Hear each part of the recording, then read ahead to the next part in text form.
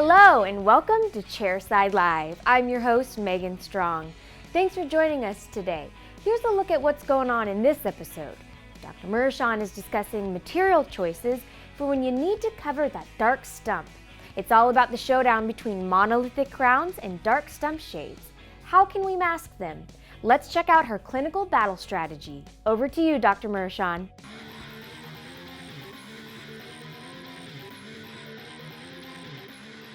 Thank you, Megan.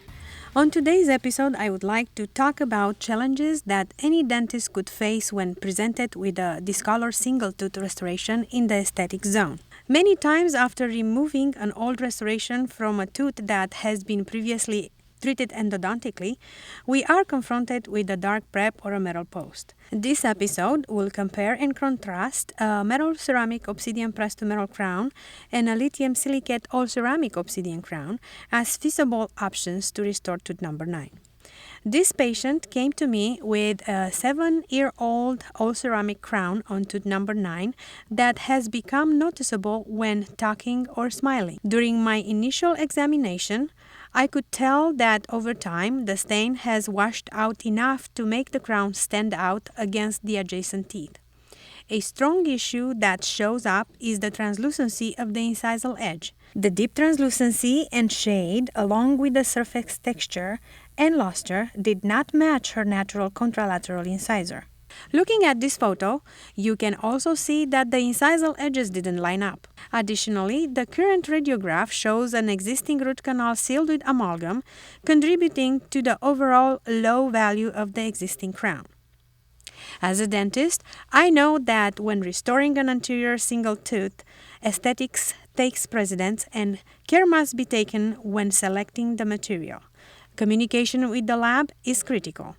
As a certified dental technician, I have learned that a good photo showing information about surface texture and luster has as much importance as the shade or value. With every case you send to your lab, I can't stress enough the importance of including a pre-op impression or model, initial photos of the existing dentition, photo of selected shade tabs, and also pictures of final preps with the selected stump shade. In my experience, the success of a final restoration does not rely entirely on the selected material itself, but more so on the capability of the technician handling the material.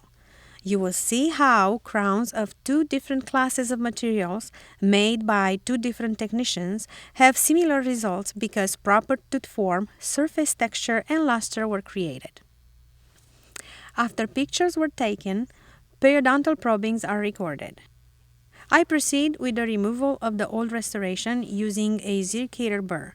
To prevent harming the gingiva, I sometimes use a tissue retractor. Very often, when removing bonding restoration, in addition to the vertical cut, I may need a supplementary horizontal cut to be able to remove a more stubborn piece. Because of a dark dentin, layered porcelain over an opaque core such as metal or zirconia could be an option. However, layered porcelain still seems more likely to chip away from the layered zirconia or PFM crown than it does from an obsidian pressed to metal.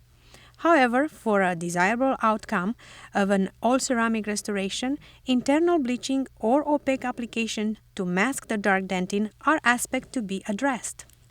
Because the very large access used by the endodontist, any attempt to remove this amalgam will be very risky. Therefore, internal bleaching didn't make sense to me. Literature reports relapse of as high as 50% after 5 years with internal bleaching, so I would be at risk if I use a translucent monolithic restoration. The value of such restorations would significantly decrease if the tooth relapses. In this case, since I have a TP prep, I decided to mask the dark prep with a product like Pink Opaquer and rebuild the overly prepared abutment for a better retention, as this will be a more predictable option. When you choose to mask an endodontically dark prep, a metal post, or a tetracycline stained dentin, in order to avoid lowering the value of an all-ceramic crown, you may need to additionally prepare the tooth. In such cases, more preparation may be required to provide restorative space to mask the dark stump coloration when utilizing opaque masking resin. This additional prepping will provide the room without compromising the minimal material thickness of the final restoration, but it could weaken the tooth's structural integrity. A better option may just be to choose a metal ceramic crown. After preparing the dental surface for bonding, I chose this light curing dental resin from Cosmodent to cover the darkest area of the dentin. This tooth was already overly prepped, so after curing the opaque, there was room for the titanium core to rebuild and form a more retentive preparation for a long-lasting restoration. Now that the build-up material is cured, I reshaped the prep with fine diamonds and made sure I have sufficient clearance on the lingual. Here I'm using a 1.5 mm thick silicone tab that my assistant will load with ink from a strip of Troll foil articulation paper. If there is minimal bleeding, then I can control it with astringent.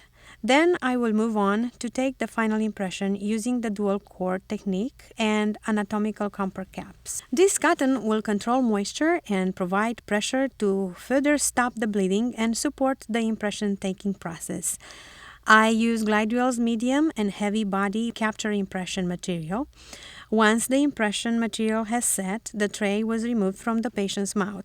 We can see the nice contrasting colors between the two materials, and that allows for a quick visual examination of the margins and surface detail.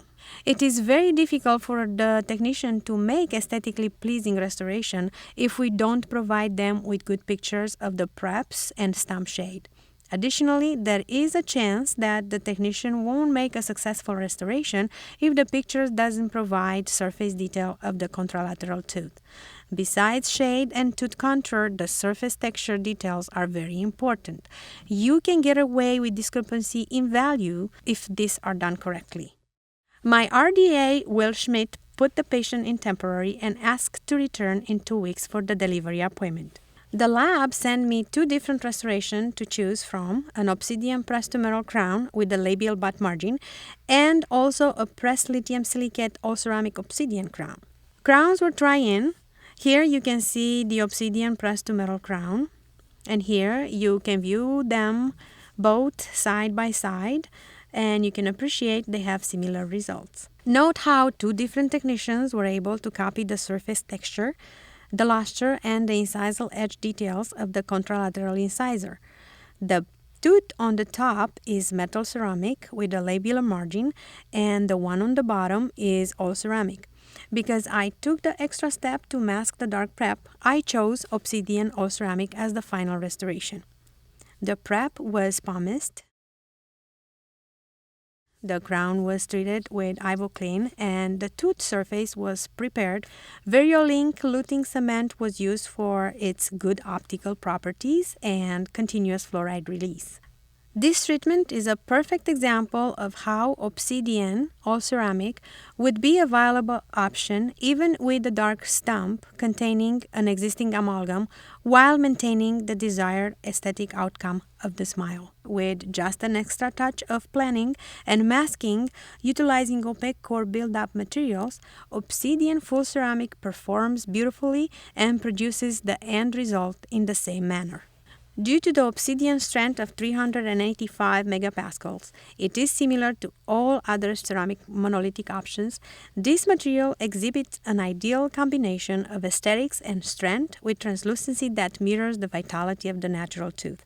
It is certainly my first choice for single tooth anterior aesthetic, whether it is monolithic or pressed to metal.